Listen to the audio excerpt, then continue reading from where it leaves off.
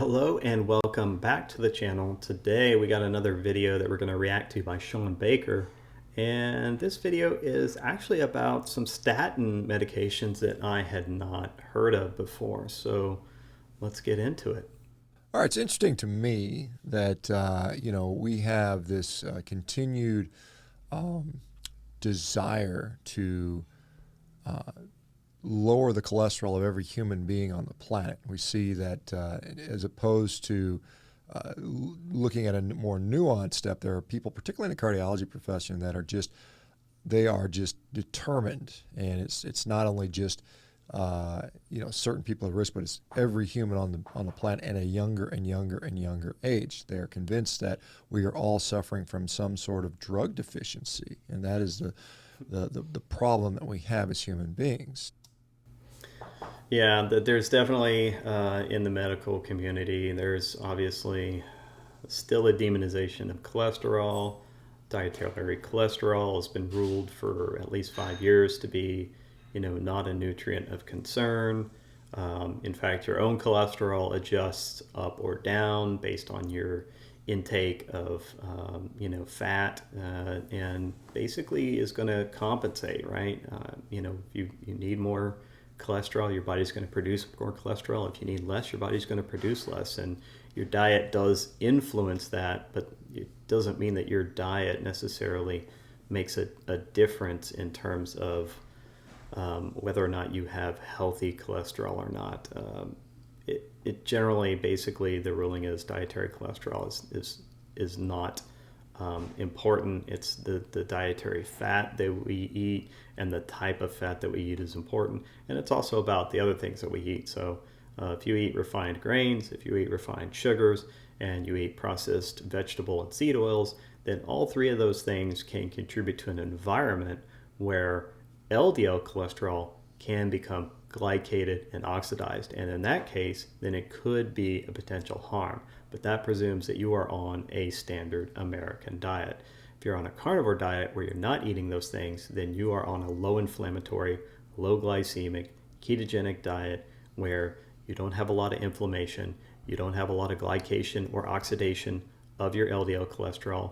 And in that case, your LDL cholesterol is performing its task as it should be, which is, it means it's distributing energy in the form of triglycerides, and it's also carrying cholesterol out to the systems and to the cells of your body to promote cellular repair. It's also doing certain, it's facilitating health of the immune system. So all those things are important. I'm sure you understand that you need to repair your cells. I'm sure you understand that you need to distribute energy around your body. And I'm sure you understand that you need to have a healthy immune system.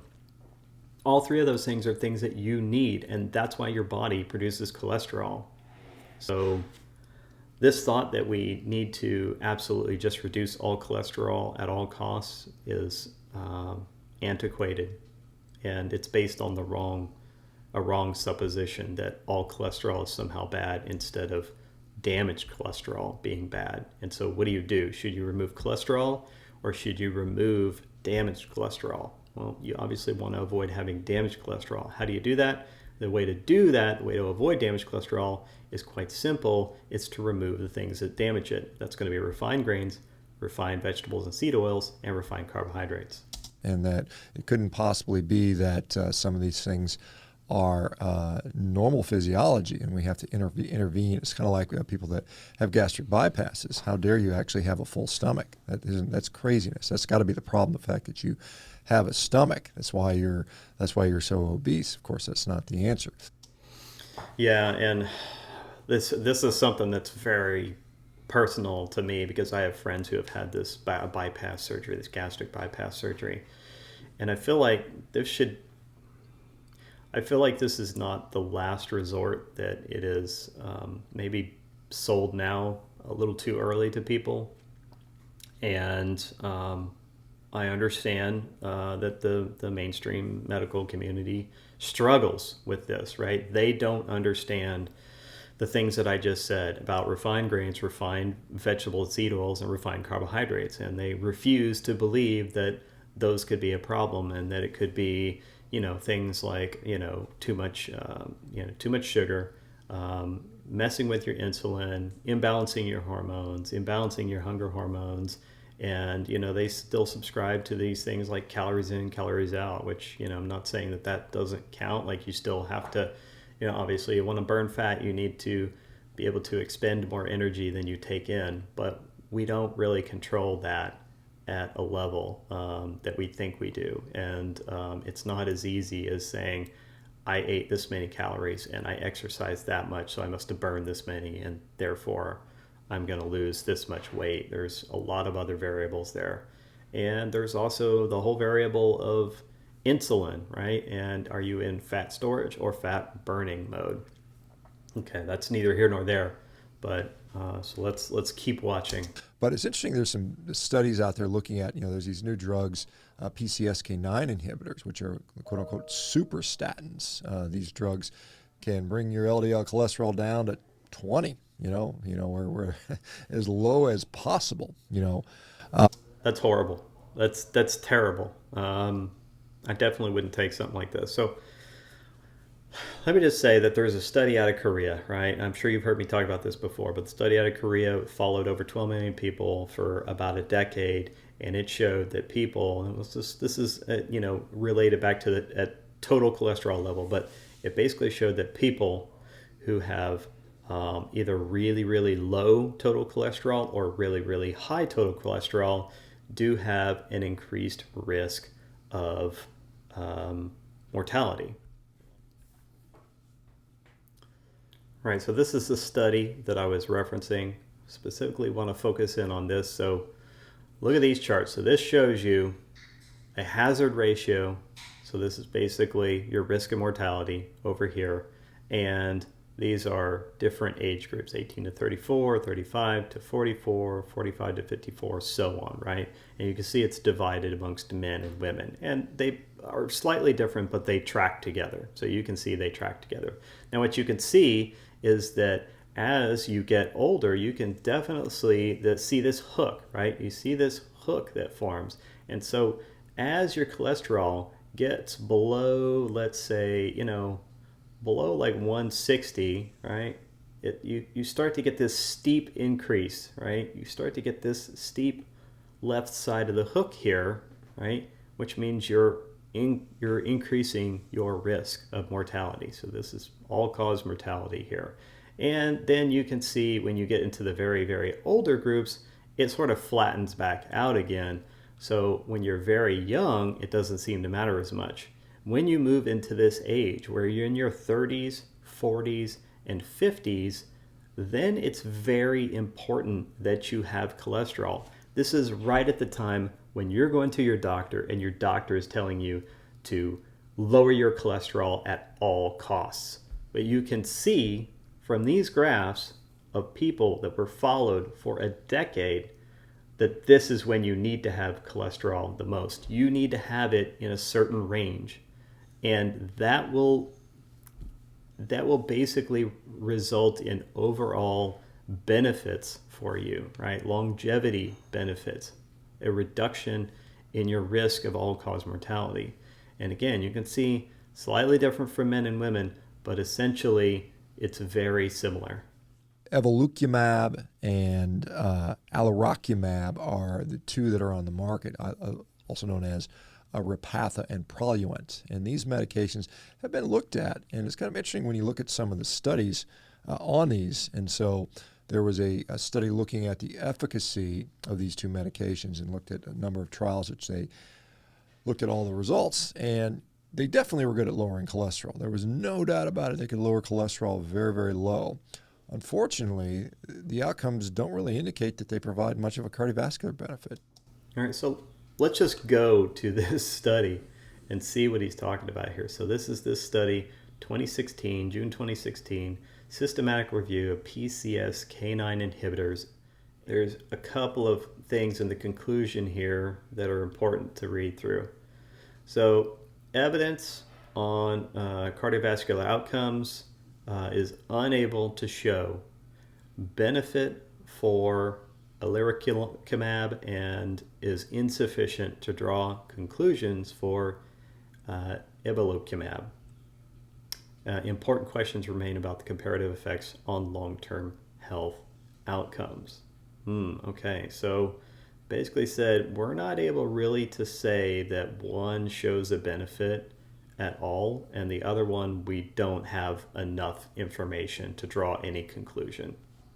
So they're not able to say, one, they're able to say, hey, we're not seeing any benefit. The other one, they're saying, we don't have enough evidence to say what we're seeing, whether there's a benefit or not. There's just not enough data. So I can respect that. As far as preventing significant events, now there are some outliers that show that, but I mean, for the most part, kind of meh. And then there was, this other study, that one study I showed, it was in 2016. There's another study from 2020, kind of looking at the same thing, looking at... So this is another good study here. Serious adverse events and and deaths in PCSK9 inhibitor trials. I mean, deaths is not something you want to have when someone's trying to improve their health, obviously. All right, so basically what this was like a meta-analysis, so it's important to know that they went and looked at a bunch of different studies. So they identified 33 lipid lowering and 4 clinical outcome trials. Right. And you can see that what they were looking at was the aim of this systematic review is to assess the effect of PCSK9 inhibitors on the risk of myocardial infarction, stroke, heart failure, diabetes, and neurocognitive events, and then all-cause serious adverse events. All right. So what were the conclusions?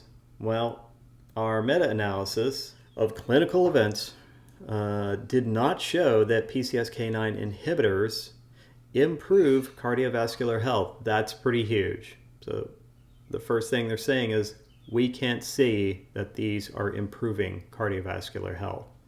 The second part is even more important. Evolocumab increased the risk of all-cause mortality. That was the one where the other study didn't have enough data to make an assessment on whether it was beneficial or not.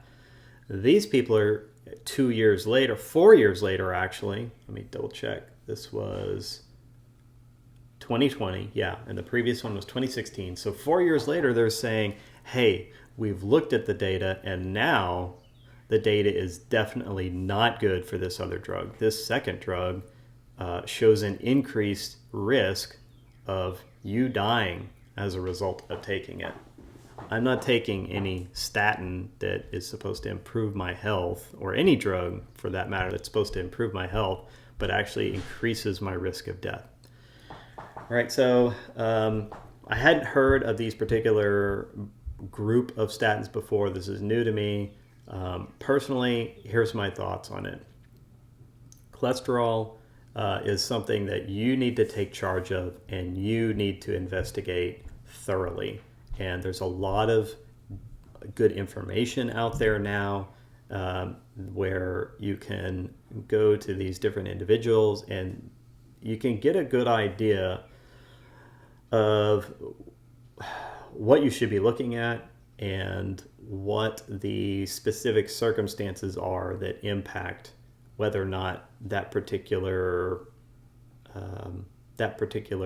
cholesterol is good or bad. As we discussed earlier, and as Dr. Baker noted, it needs to be more nuanced. If you're on a standard American diet, you're consuming a diet high in refined grains that's extremely inflammatory because you're consuming lots of seed oils, and also extremely oxidative, produces a lot of oxidative stress because you're consuming a lot of refined carbohydrates, then in that case, yeah, you need to make sure that your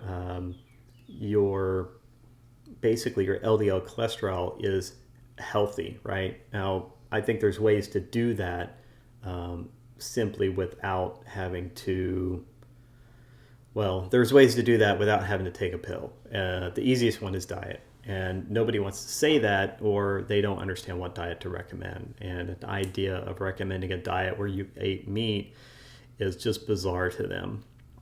But guess what? It's not the meat that gives you bad cholesterol. It's the glycation and the inflammation and the oxidation as a result of the things that we've discussed. Refined grains, refined carbohydrates, refined vegetables and seed oils. Those are the things that lead to bad cholesterol, damaged cholesterol that could then run around your system and cause problems. All right. So important thing to think of. I encourage you to do what I did was, in this case, I went to my doctor. I continually pushed back and said, no, I'm going to do diet and exercise. And eventually my doctor referred me to a specialist. And then the specialist also wanted to put me on a statin. And again, I basically refused it and said, that doctor was like, well, you could be having some blockages or something could be happening in there that we can't see. And so I just said, well, let's just cut to the chase, right? Instead of me taking a pill for something that could or cannot be happening that you don't know of, then let's just check. Let's see how my arteries are. Get me a coronary artery calcium score. So that's what I recommend. If in doubt, get a coronary artery calcium score. That'll tell you where you're at, basically. I mean, if you're, 90% blocked, right? And then you need to do something drastic, and you need to work with your doctors to figure out what that is. But you may need to do some medical interventions in the short term, right? Before diet can be brought into it. I'm not saying you can't do diet right away, but I am saying that you may need to be doing something else. In my case, I got a coronary artery calcium score, and it was 0. All right, and that was after I had been on carnivore for a long time, actually, probably almost a year by that time. And everybody's, telling you and fear mongering. A lot of people, not everybody, but these people, you know who they are. People who don't know what you're doing, what you're eating, and why. And they don't understand how this diet works. And then they fearmonger and say, oh, you're going to get high cholesterol, you're going to have a heart attack, you're going to die, you're going to claw, all that fat in your food is clogging your arteries. That's not how it works. And so if you understand how things work, then that's not it, all right? So it has nothing to do with the fat that you eat accumulating in your arteries. I'm not even going to get into that. All right. So hope you enjoyed this look at these statins that I hadn't even heard of before. Like I said, I recommend you get a CAC score. You should pursue that with your doctor if you have any question about your heart health. Obviously, this is not medical advice. I'm just telling you what I did, making a recommendation based on what I did. But you are in charge of your own health care, and you need to consult with your doctors for that. All right. So definitely be careful with these statins and drugs like this. You need to be careful with them because someone could be recommending them to you, not realizing that you need cholesterol because they're operating on old data. Hope you enjoyed this video. If you do and you want to see more information, more videos like this, please like and subscribe, and have a great day.